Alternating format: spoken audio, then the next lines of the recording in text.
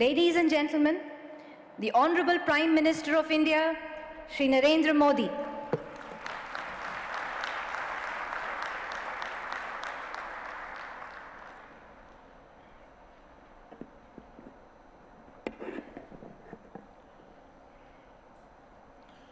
My colleague in the Union Cabinet, Shri Amit Shah, Interpol President, Shri Ahmad Nasser Al-Rais, Interpol Secretary General, Shri Jorgen Stock, Director of CBI, Shri S.K. Jaiswal, distinguished delegates and participants, I extend a warm welcome to everyone for the 98th Interpol General Assembly. It is great to have you here at a time that is significant for both India and the Interpol. India is celebrating 75 years of independence in 2022. It is a celebration of our people, culture, and achievements.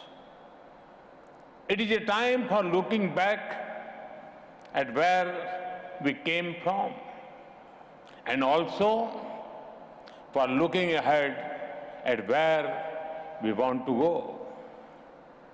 The Interpol is also approaching a historic milestone. In 2023, Interpol will be celebrating 100 years of founding. This is a good time to rejoice and reflect, learn from setbacks, celebrate victories, and then look to the future with hope.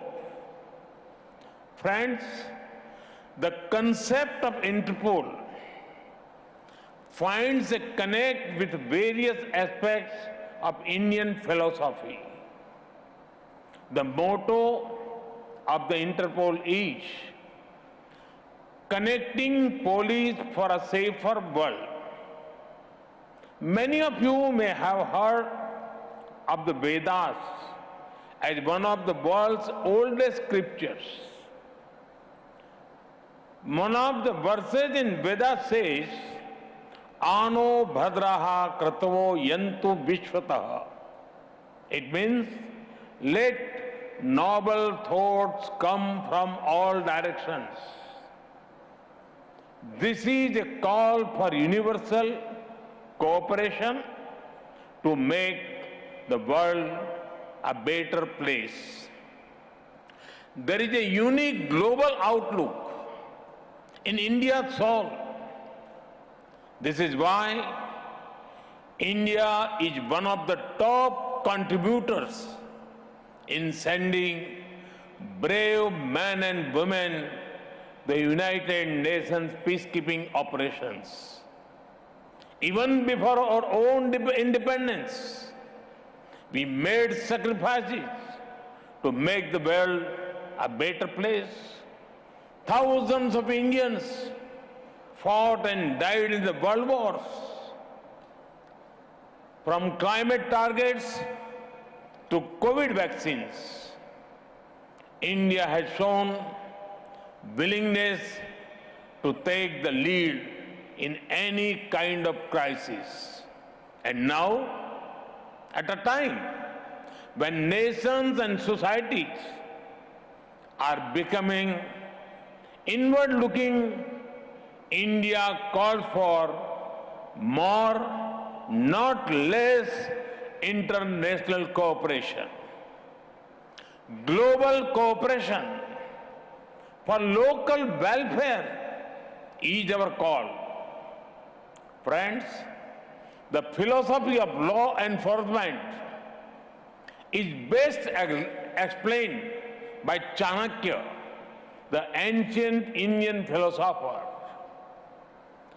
Anvikshaki traivartanam yoga kshema sadhano dandah tasya niti hi दंड नीति, अलब्ध लाभार्था लब्ध परीक्षणी रक्षित विवर्धनी बुद्धस्य तीर्थेषु प्रतिपादनी च.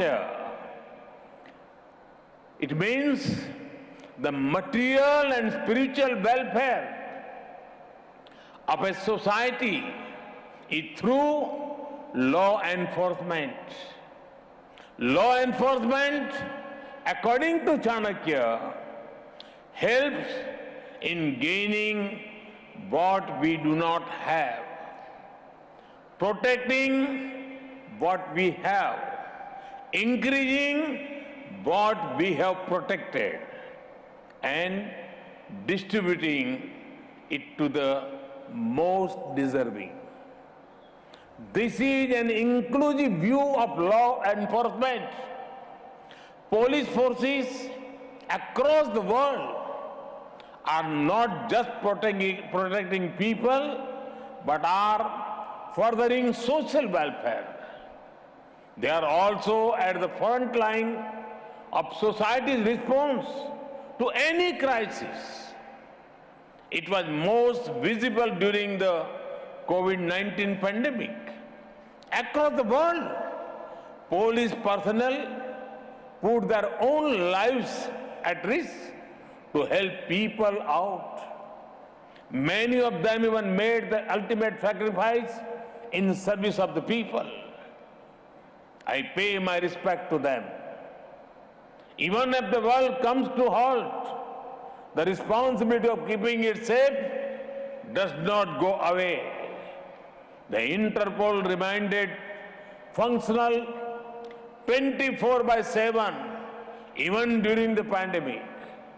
Friends, India's diversity and scale are hard to imagine for those who have not experienced it.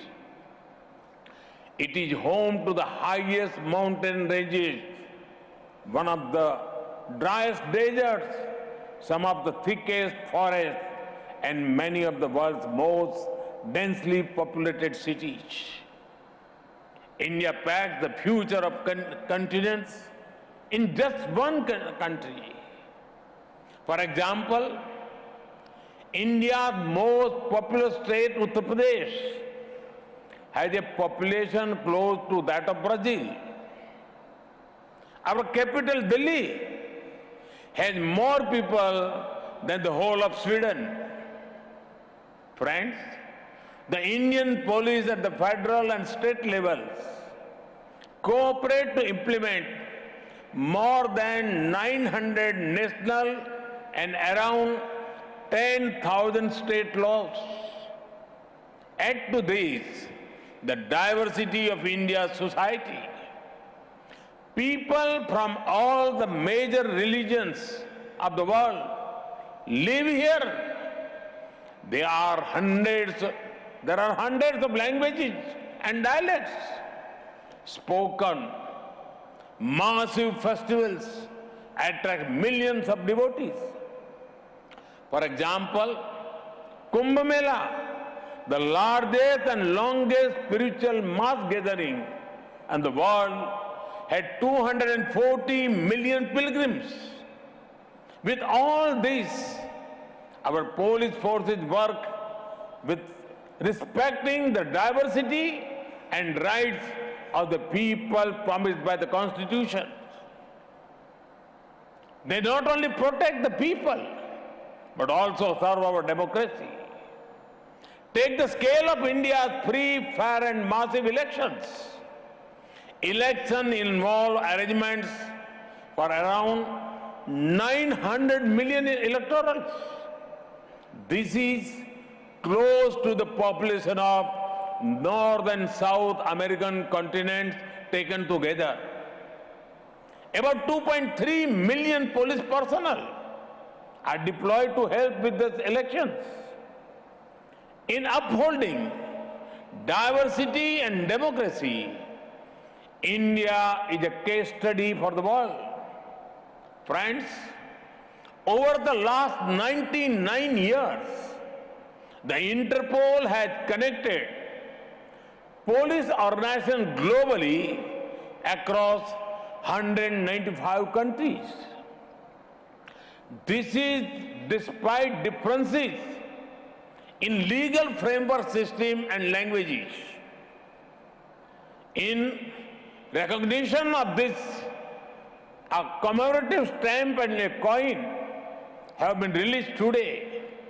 Friends, despite all the past successes, today I want to remind the world about a few things.